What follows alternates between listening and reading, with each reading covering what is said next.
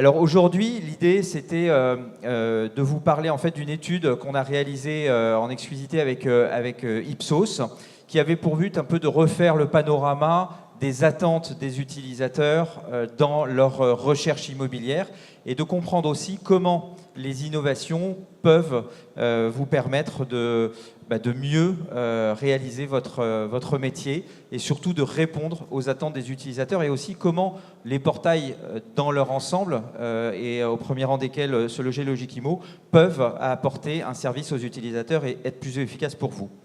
Voilà, qu'est-ce qui va générer la révolution, je dirais, dans les années à venir? Quelles sont les tendances que l'on va avoir? Ce qui est important de retenir dans ce que je vais vous montrer, parce que vous allez voir qu'on repasse sur des éléments dont vous allez vous dire mais ce ne sont pas des innovations.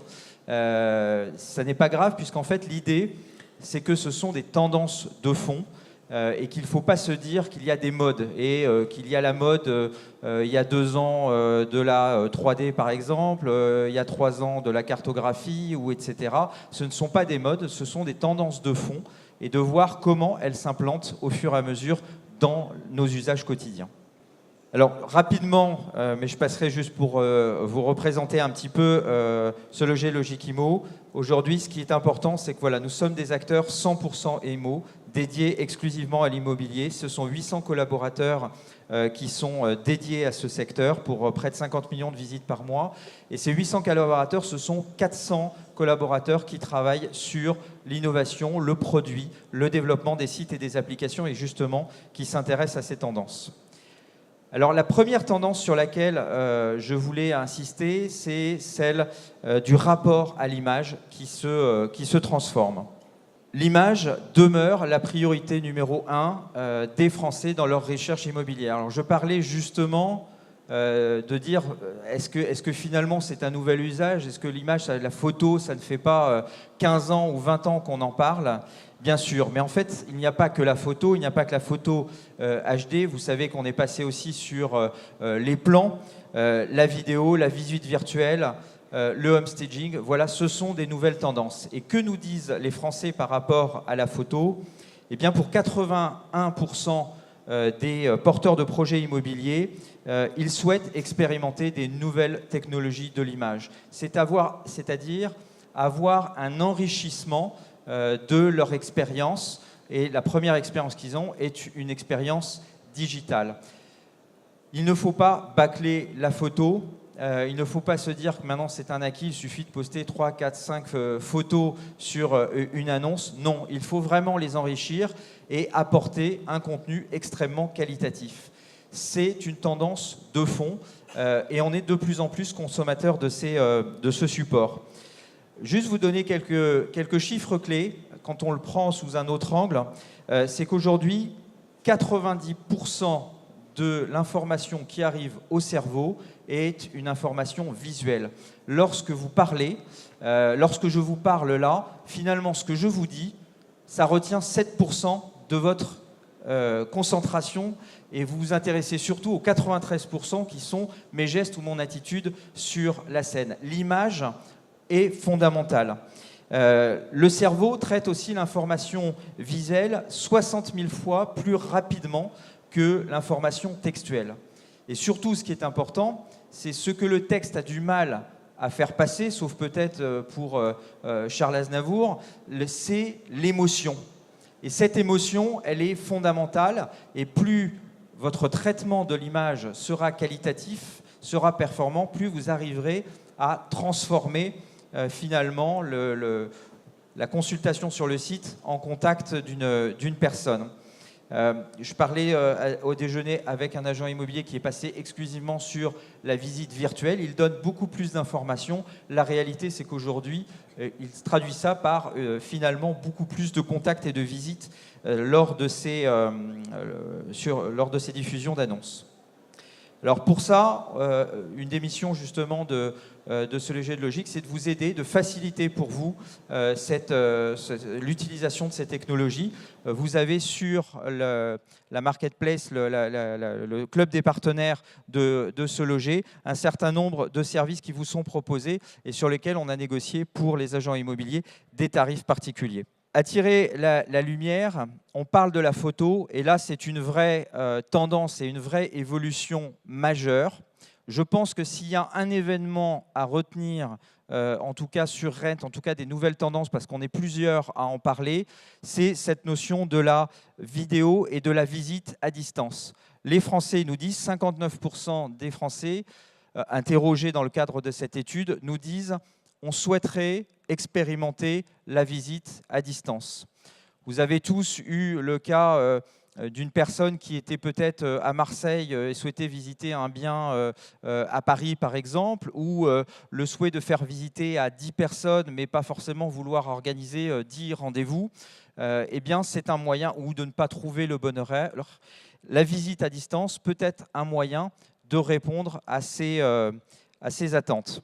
Et là-dessus, je voudrais insister sur les tendances, et ça c'est un élément fondamental, c'est qu'il ne faut pas voir les évolutions et les tendances juste sous le prisme de l'immobilier. On est tous, je pense, à utiliser, enfin dans la salle je vais faire un petit exercice, combien utilisent WhatsApp au quotidien ou au moins une fois par semaine?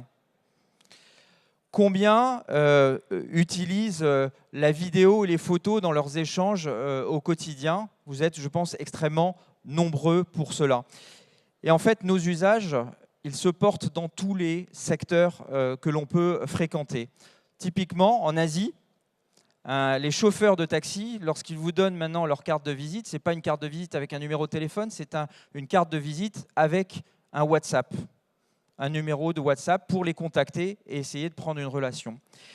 Et c'est là où je pense qu'il faut repenser finalement dans la tendance, dans les usages, repenser la façon dont on va rentrer en relation et dont on va traiter l'image. Un autre exemple, vous en avez peut-être entendu parler récemment, c'est Doctolib. Doctolib a l'autorisation maintenant et a lancé une plateforme de consultation médicale en ligne.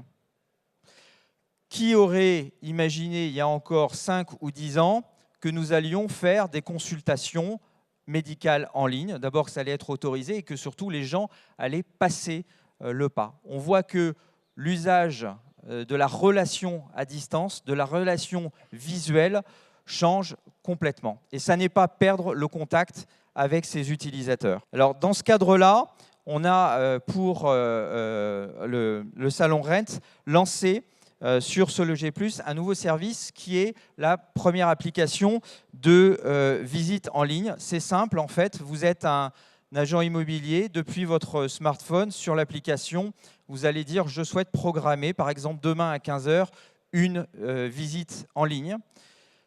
Vous allez simplement indiquer à 1, 2, 3 personnes, autant de personnes que vous le souhaitez, envoyer un email pour dire « voilà, je vous invite à cette visite en ligne ».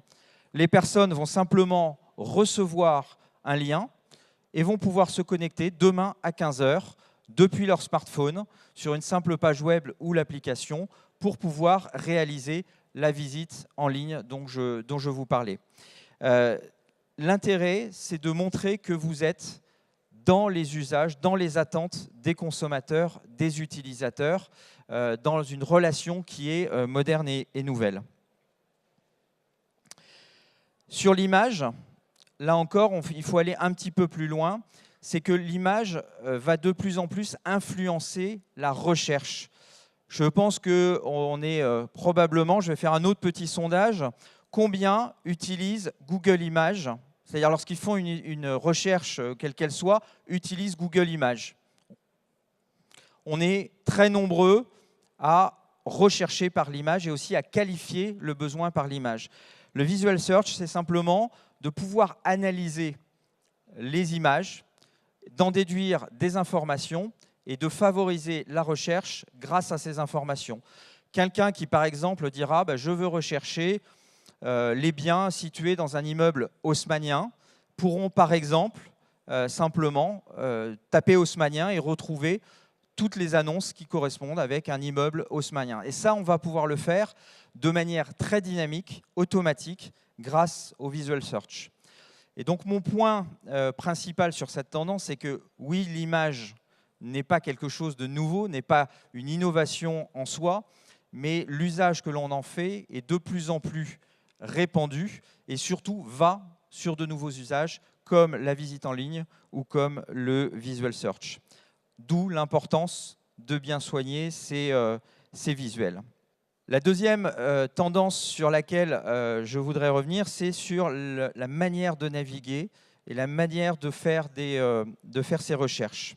Naviguer autrement, vous connaissez tous et vous utilisez probablement tous au moins l'un de ces services.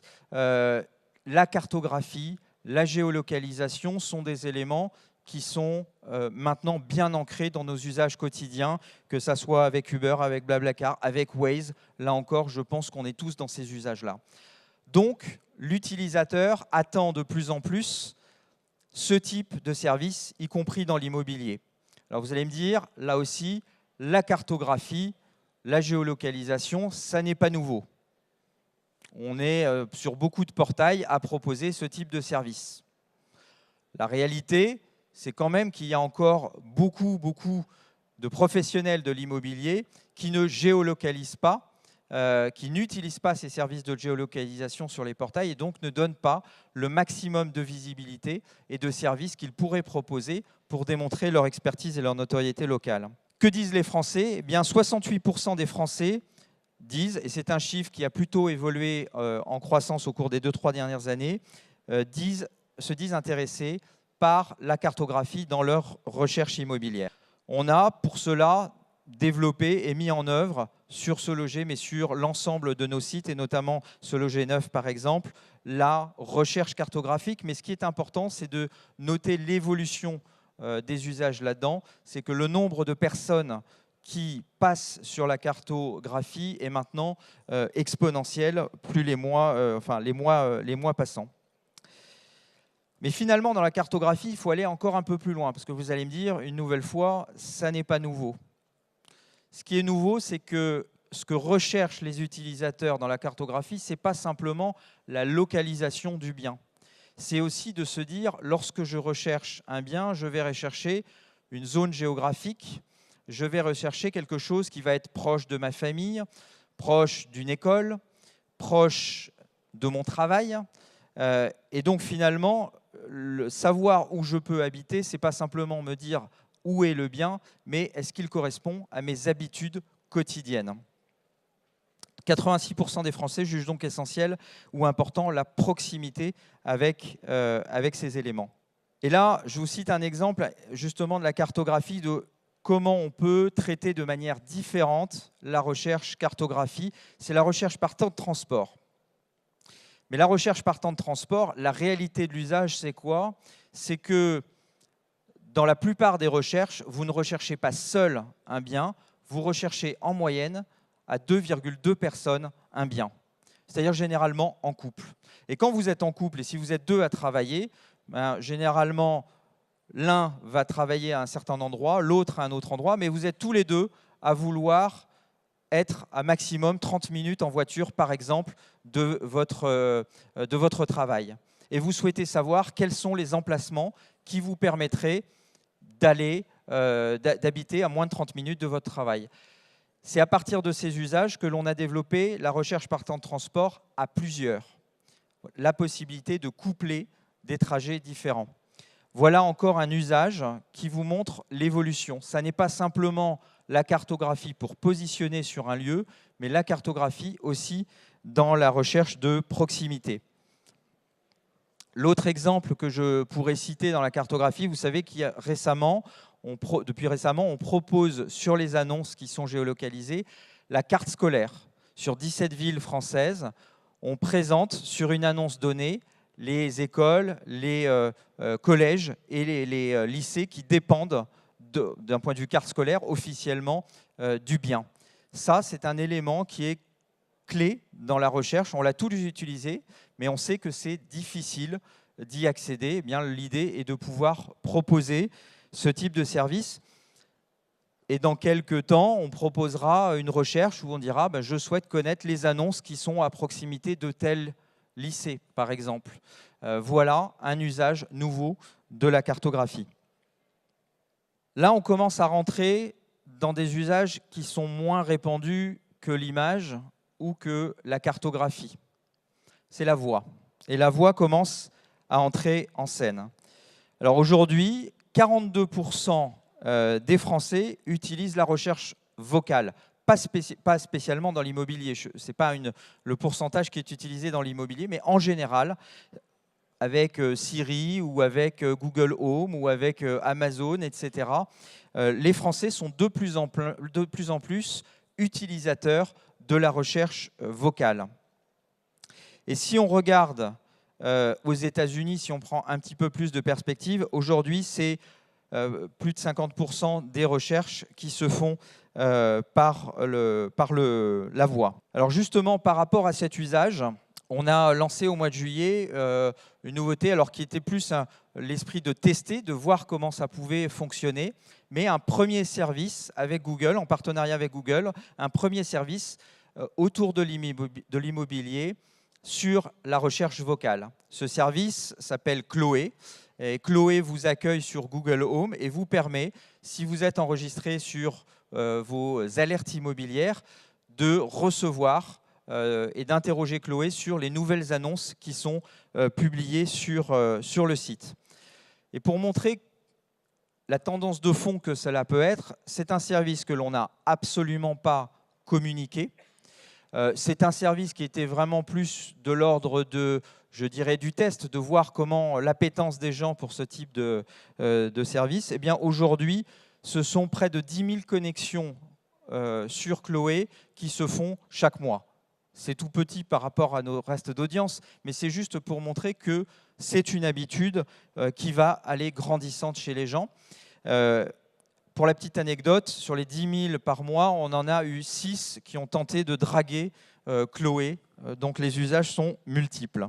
Sur la recherche d'ailleurs par la voix, ce n'est pas anecdotique parce que ça veut dire aussi, par exemple, que demain, depuis votre smartphone, quand vous irez sur une application d'un portail, et par exemple sur SoLoger ou sur Logikimo, vous ne taperez plus des critères de recherche, mais vous allez peut-être, comme sur Siri, dire « je recherche un appartement haussmannien avec piscine », ça c'est un peu compliqué, un appartement haussmannien dans le 16e arrondissement de 25 mètres carrés avec telle ou telle caractéristique, etc. Eh bien, la recherche vocale vous permettra d'accéder beaucoup plus facilement à des recherches beaucoup plus compliquées. Pour ceux qui ne l'ont pas vu, je vous invite à voir les innovations de Google dans ce domaine-là. Ils ont notamment des petites vidéos sympathiques, il y a peut-être eu des conférences, mais des petites vidéos sympathiques où vous voyez un assistant Google appeler un coiffeur et prendre en rendez-vous pour quelqu'un chez un coiffeur et avoir une vraie conversation dynamique grâce à la voix et à l'intelligence artificielle. Donc, ce n'est pas de la fiction. Ce sont des vraies ruptures technologiques. On est au démarrage. Ce sont des tendances de fond qui vont croître dans les années à venir.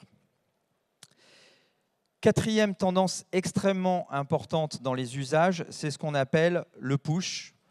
Vous avez tous sur votre smartphone des petites notifications qui arrivent souvent de différents services et même de manière assez dynamique. Si je prends Apple ou Waze par exemple, vous avez tous fait des trajets souvent, parfois sans les programmer, et puis à l'heure où vous partez habituellement, Waze ou Apple vous pousse en vous disant si vous rentrez à domicile, vous mettrez 20 minutes ce soir. Vous n'avez rien demandé, pourtant c'est une information utile qui vous est poussée. Grâce à l'analyse de vos usages, Apple a vu que tous les soirs, à 7 heures, vous partiez, vous étiez en voiture, vous étiez sur un trajet qui allait d'un point A à un point B, et il en a estimé que c'était votre domicile.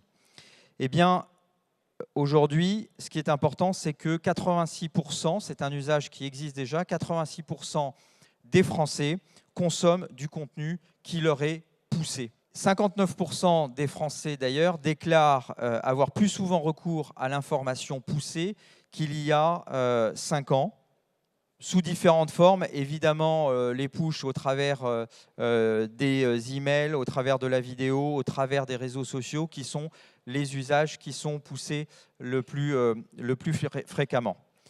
Je vais juste prendre un exemple. Petit test. Est-ce que vous, quand vous voyez cette image, vous savez de quel service on parle? Netflix, évidemment. l'indicateur principal de Netflix dans ses usages, ce n'est pas le nombre de vidéos vues, la durée des vidéos vues, etc. Cet indicateur, c'est le nombre de likes que les gens font, enfin like ou dislike d'ailleurs, que les gens font sur les contenus. Pourquoi? Parce que ce qui est important pour Netflix, c'est de pousser à son utilisateur le contenu le plus pertinent sans qu'il ait à se soucier de le rechercher. Et pour faire ça, il faut avoir des retours sur ce que les gens aiment et consomment. Voilà une évolution majeure. Alors dans l'immobilier, ça se traduit comment? C'est un élément extrêmement important parce que vous savez, vous êtes tous en agent immobilier, vous vivez l'expérience de quelqu'un qui commence une recherche et qui en général a des critères initiaux de recherche. Et puis, au bout de quelques semaines, généralement au bout de 7 à 8 semaines, il va faire évoluer ses critères, faire des concessions. C'est justement ce qu'on a voulu retracer au travers de ces éléments que vous avez dans l'enquête. Les principaux critères sur lesquels on fait des concessions, c'est la superficie du logement pour 64%, l'emplacement géographique du bien et l'ampleur des travaux à mener. Et vous voyez, rien que sur l'emplacement géographique du bien, le lien avec la cartographie tout à l'heure et l'enjeu de localiser ces biens. Comme je vous l'ai dit, en moyenne, ces concessions-là, on les fait au bout de 7,6 semaines, c'est-à-dire près de 2 mois de recherche. Et donc le principe, et c'est là l'exemple que je vous présente ici à l'écran, c'est de dire qu'il faut aider l'utilisateur, et l'utilisateur attend à ce qu'on lui propose des annonces, des biens qui pourraient correspondre à ses besoins, mais dont il n'a pas idée. Il ne sait pas forcément dans quelle zone géographique chercher ou quel type de bien, dans la masse qui lui est proposée, il pourrait aller voir. On est tous assez flemmards dans nos recherches. Quand on va sur Google, qu'on fait une recherche, on est rare à passer en page 2. Quand on fait une recherche immobilière sur un portail, on fait la page 1, on fait la page 2, on fait généralement jusqu'à la page 3. Parfois, on filtre, mais on a envie d'être traité rapidement, même si c'est un achat qui est extrêmement important. Et là, ce qui est important, c'est que ce ne sont pas des algorithmes où on va dire bon, on prend plus 5%, moins 5% de la valeur du bien, ou on va prendre la ville à côté, etc. Non, ce sont des algorithmes qui tiennent compte à la fois des usages des utilisateurs qui, par millions, naviguent au travers des annonces, et aussi la qualification des annonces. Et je vous parlais tout à l'heure des images. Typiquement, la qualification des images est améliorée et renforcée on utilise dans ces algorithmes cette détection dans les images de différents éléments qui vont pouvoir qualifier des annonces et de dire cette annonce, finalement, elle est proche de celle qu'il a regardée et il est intéressant de lui proposer. Pour la petite anecdote, on a lancé ce service de push d'annonces immobilières en début d'année. Le taux de transformation, le taux de clic, de contact sur les annonces qui sont poussées est 2 fois supérieur aux annonces que l'internaute va voir lui-même. C'est assez mécanique. Je vais voir des annonces, je ne sais pas encore ce que je vais découvrir, il y a du déchet. Dans ce que l'on pousse, il y a beaucoup moins de déchets, je suis directement intéressé. Autre tendance et autre évolution, et là qui est directement liée à l'usage immobilier, c'est le choisir ensemble. Je vous ai parlé tout à l'heure dans la recherche cartographique de la possibilité de rechercher à plusieurs par temps de transport, par exemple. Mais généralement, quand vous êtes 2 à chercher, vous le faites à votre bureau, vous le faites à votre domicile, vous ne le faites pas forcément ensemble au même moment. Et pourtant, vous avez besoin de partager, par exemple, vos annonces et les biens que vous avez trouvés. Ce que je vous disais, c'est qu'en moyenne, 2,2 personnes sont impliquées sur un projet immobilier. Quelles sont les technologies qui sont utilisées aujourd'hui pour ce partage ? Dans 27% des cas, c'est l'email, et dans 15% des cas, c'est le SMS, éventuellement WhatsApp. Mais finalement, ce que nous disent les Français qui utilisent ces mêmes technologies, c'est de dire oui, mais dans un cas sur deux, l'email, je trouve ça archaïque, je ne suis pas vraiment intéressé, je n'ai pas d'autres moyens. Et pour 2/3, trouvent que la messagerie, le SMS ou le WhatsApp ne sont pas non plus adaptés à ce type de recherche. Typiquement, sur cet usage, voilà le type d'innovation que l'on propose. C'est la recherche à plusieurs. Alors comment ça fonctionne? C'est assez simple. Vous êtes sur SeLoger, vous avez créé un compte, vous mettez des annonces en favoris et vous dites « je vais inviter mon compagnon, mon épouse, un ami, mes colocataires, etc. Je vais les inviter à rejoindre mon projet immobilier. » Donc depuis SeLoger, vous allez lancer une invitation qu'ils vont accepter et vous serez tous dans le même projet immobilier à partager les annonces. Donc à voir, à pouvoir commenter aussi dans le futur les annonces, à dire ce que vous en avez pensé. Et imaginez que vous ayez plusieurs personnes qui aient fait une même recherche immobilière, qui aient partagé un projet, que l'un d'entre eux soit allé faire une visite. Demain, on pourrait imaginer, par exemple, de lui proposer de télécharger ces photos directement dans le projet immobilier pour que chacun puisse facilement partager les différentes photos. La recherche à plusieurs dans l'usage de la recherche immobilière est clé. Et ça, c'est une vraie tendance qui existe depuis longtemps, mais qui n'était pas servie jusqu'à aujourd'hui. Je vous ai montré des exemples. Il y a un point, en fait, et c'est peut-être le message principal que j'aimerais véhiculer au travers de ces usages, c'est que quoi que l'on fasse, quoi que l'on dise, parce que ce sont des usages qui se répandent sur l'ensemble de je dirais toute notre vie, l'ensemble des secteurs, pas spécifiquement l'immobilier, ça rentre en nous. Ça ne sert à rien de lutter contre. Ça ne sert à rien de ne pas les embrasser. Ou en tout cas, on devra tous y venir à un moment donné. Encore une fois, rappelez-vous les photos. Il y a 15 ou 20 ans, il n'y avait pas de photos sur les annonces et on s'est dit il n'y en aura jamais parce que finalement, je vais donner trop d'informations à l'utilisateur. Aujourd'hui, une annonce qui n'a pas de photos est une annonce qui n'existe pas. Et tous les usages que je vous ai montrés, c'est exactement ça. Ne pas aller vers la voix, ne pas aller vers la recherche à plusieurs, ne pas aller vers la recherche cartographique, c'est finalement mal servir les attentes des internautes.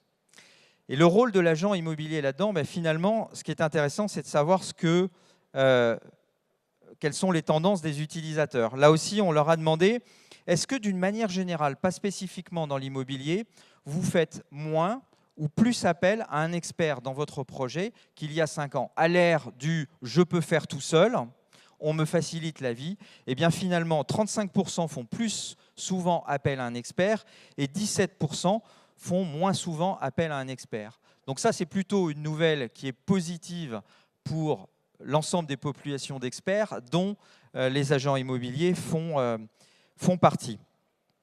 Mais tout l'enjeu, finalement, c'est de se concentrer sur l'essentiel de ce qu'attendent les Français envers